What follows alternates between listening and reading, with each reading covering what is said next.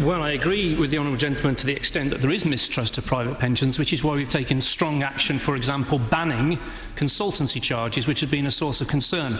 But on savings incentive, if he looks at our analysis, he'll find that low earners in particular will find much smaller withdrawal rates when they save. So the return to saving, particularly for low earners, who I'm sure he's most concerned about, is enhanced by these proposals.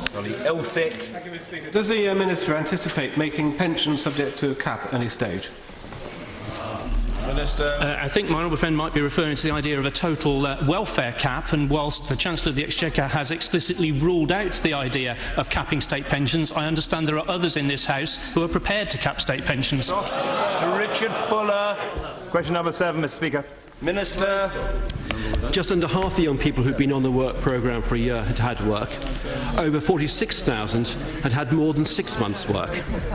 Richard Fuller. Mr. Speaker, I don't know if the Minister is disappointed as I am in the sniping negativity of Labour MPs towards the work programme, when what they should be doing is rolling up their sleeves and making it work in their own constituencies. And in that spirit, Mr. Speaker, will the Minister applaud the 50 small businesses in Bedford who on the 11th of July will be giving 200 young people, working in conjunction with the 2 work programme providers, the equivalent of a day of speed dating interviews, Mr. Speaker, to give them a good start or good restart in their careers? I think that's a fantastic example of how local employers can work with the work programme to deliver good outcomes for people who get them into work.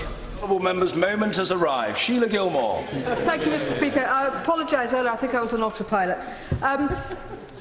From this month, hundreds of job seekers will be returned to, including young people, are going to be returned to job centres. And the DWP originally said they would be asked to come in weekly. I think I heard the Secretary of State say they would be coming in daily.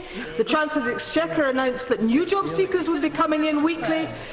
The problem here is that the NAO has said that job advisers are seeing far more job seekers than ever before, that the time spent with job seekers is down, and the DWP budget is down by 9% in the spending review last week. Isn't this just a lot of hot air, and it isn't actually going to happen? Well, I would just remind the Honourable Lady that over the last 7 months, the number of job seekers has actually fallen. And she hasn't welcomed that. That's good news for her constituents. It's good news across the country. Actually, what we do want to see is make sure Job Centre Plus advisors offer good quality service. They do that. And I'm very disappointed that a member of the Select Committee can't see fit to thank Job Centre Plus advisors for their hard work. Andrew Bridgen. Could my honourable friend confirm that job vacancies are actually at their highest level since 2008?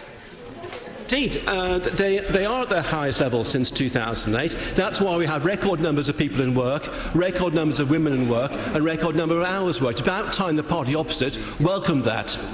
Andrew Gwynn. In the invitation to tender for the work programme, the Minister's department said that they expected providers to significantly exceed the minimum standards that they had set out. The fact that they haven't even reached the minimum standards, including for young people getting back into work, and in fact that about half of the providers haven't even met the standards that his department said would be met without a programme in place. Isn't the Minister even a tiny bit embarrassed? What I'm pleased to be able to say is actually performance is improving, and actually across the country we're seeing performance improve by work programme providers, and actually about half providers have actually significantly exceeded the minimum standards that were set. That's why people are getting into work. That's why we're seeing lives transformed, and I wish the party opposite would just stop carping and congratulate the work they're doing to get people into work. Good, Jane. Thank you, Mr. Speaker. Until recently, there was a significant part of the labour market, including young people, referred to as unemployable. May I congratulate my honourable friend and the Secretary of State on challenging this deeply negative assumption. To be getting 132,000 previously unemployed people into employment is a considerable achievement. And does my honourable friend agree that the payment by results model has been instrumental in this achievement? Yeah.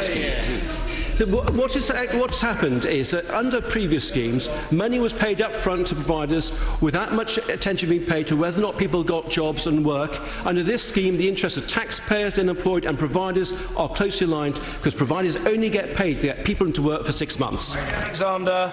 Number 8, Mr. Speaker. Minister. Mr. Speaker, we recognise the challenges in accurately assessing people with mental health conditions and the potential vulnerability of such claimants. The previous government built safeguards into the work capability assessment. We've introduced further improvements to ensure the process deals with people with mental health conditions fairly and accurately. Heidi Alexander. Thank you, Mr. Speaker. In recent months, I've been in contact with a number of constituents with mental health conditions who tell me that the work capability assessment fails to recognise the nature and severity of their problems. In light of the recent court case in which it was ruled that the current assessment process discriminates against those with mental health problems and autism, will the Minister stop the transfer of people with mental health conditions from incapacity benefit to ESA until the system is fixed for this group? Mr. Speaker, I think it's important to ensure we get the right support in place for people. And I'll just say this, that not long after ESA was introduced under the previous government, 33% of people with a mental health condition received the support allowance. To date, actually, in this government, this figure has increased to 43%. So I do think we are seeing that more people are getting the right support and the right help as a consequence of this assessment. And Maine.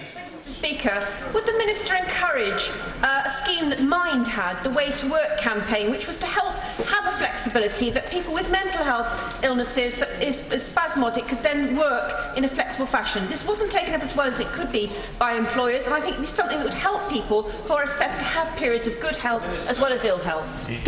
My honourable friend is absolutely right, that we do need to find ways in which people with mental health conditions and other conditions are helped back into employment. The work we're doing on the work programme is part of that. There are other interventions as well, because there's a very strong link between work and good health outcomes. Dakin. Speaker, given today's launch of Rethink's Unfair Work Capability Assessment campaign, when will the Minister finally decide whether to implement the changes to the descriptors recommended over a year ago now by the mental health charities? Well, Mr. Speaker, work is going on at the moment to test those descriptors and working very closely with charities. Of course, today also marks the launch, the call for evidence, of the 4th independent review of the Work Capability Assessment 2, which recognises our commitment to improving upon the system we inherited from the previous government. Simon Hughes. Will the Minister look at the way in which people with mental and physical health problems are assessed before they're placed in their work capability assessment, specifically by CTEC in my part of the world? And will he look at how appropriate the placement is after they've started? Because my experience is often it is inappropriate and therefore doesn't benefit anybody at the end of the exercise. Minister. The work programme actually doesn't undertake the assessments. The assessment is undertaken as part of the employment support allowance process. It is actually in the interests of providers to ensure they get people placed with the right employer, because they actually maximise the chance of that person staying in work and then getting paid for the right outcomes.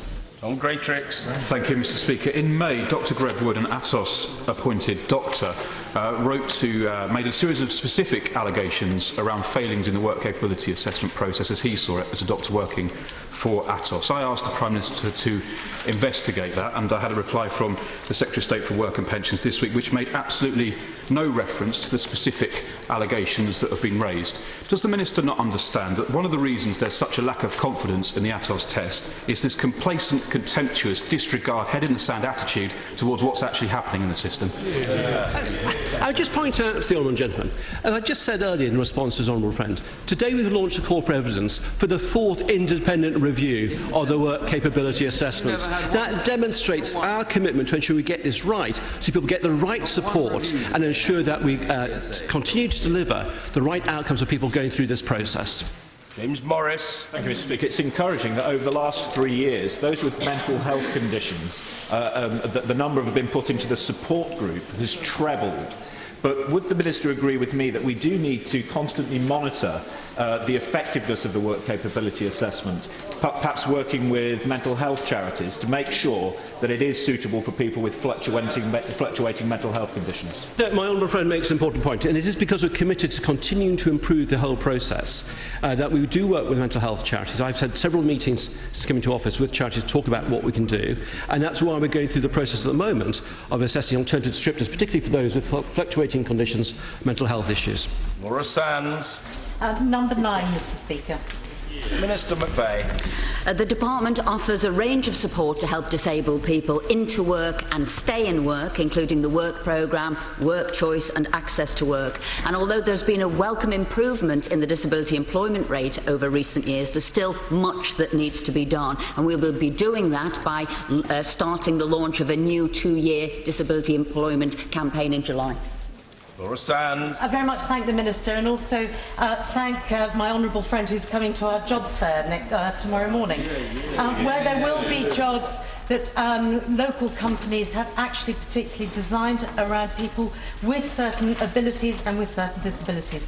I wonder what we can do to actually communicate to businesses the value of employing people with elements of disability and ensuring that they have an accurate and play a good part in our workforce.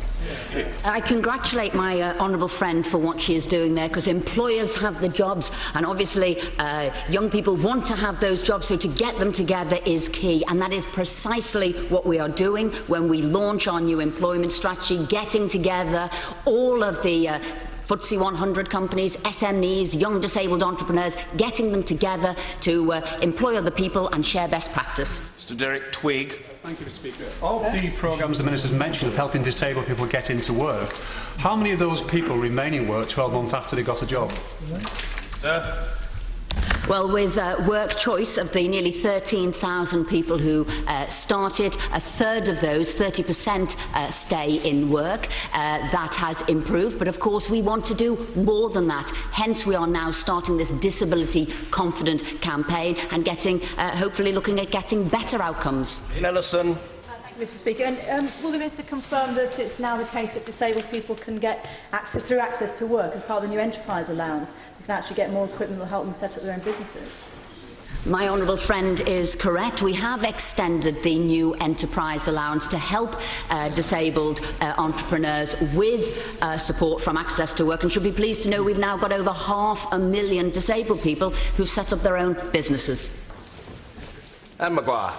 Thank you very much, Mr. Speaker. In spite of the bluff and bluster of the Minister for Employment, the reality is that the work programme outcomes for new ESA clients is showing a pathetic performance outcome of only 5.3%, 3 times worse than doing nothing. However, I want to turn to another employment support programme for disabled people, Access to Work, which the Minister has just mentioned. According to the DWP's own most recent statistics, the programme is now supporting 27,000 people, compared with 37,290 in the year 2009-10 and 35,000 in 2010-11. Given that many disabled people want to get into work and are constantly told that they need to get into work, can the Minister advise when both the work programme and access to work will start making a real change in their lives? The Right Honourable Lady is quite right. Access to work is key at helping people remain in work, and that's why we have extended it to young children who want to do internships. We've also extending it to new people who actually want to set up in business. It is working well, and we are continuing to expand it. But the good thing is we've also got to make sure that it is working as best as it possibly can, as well as expanding it. I'm proud of what we're doing, and we're also going to build on those good platforms. Bob Russell. Thanks to organ transplants, many lives have been saved, but outwardly appearance in some cases is the person inwardly is still disabled. What advice is given to job centres and other government agencies to draw attention to the special needs of those who have had organ transplants? I'm not aware of any specific advice that is given for people with organ transplants. What I do know that with our disability employment advisors, they do have in-depth knowledge and support of how to help all people with disabilities. Jessica Morden. Number 10, Mr. Speaker. The work capability assessment is aimed at ensuring people out of work through ill health or disability get the support that they need. This is under regular review, and today the call for evidence of the fourth review is being launched. Jessica Morden. Thank you, Mr. Speaker. More of my constituents in recent weeks seem to be being put into the work-related activity group without even having the face-to-face assessment. Can the Minister confirm if the use of discretionary powers is increasing and reassure me this is not cutting corners to clear a backlog?